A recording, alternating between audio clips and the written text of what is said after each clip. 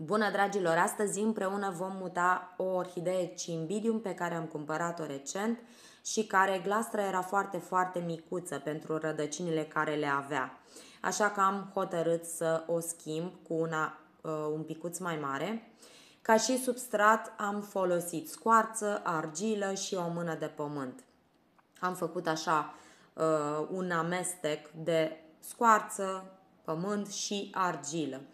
Am umplut, bineînțeles, glastra cu acest substrat și cam așa arată orhideea mea după schimbarea glastrei. Ia uitați cât este de frumoasă acum.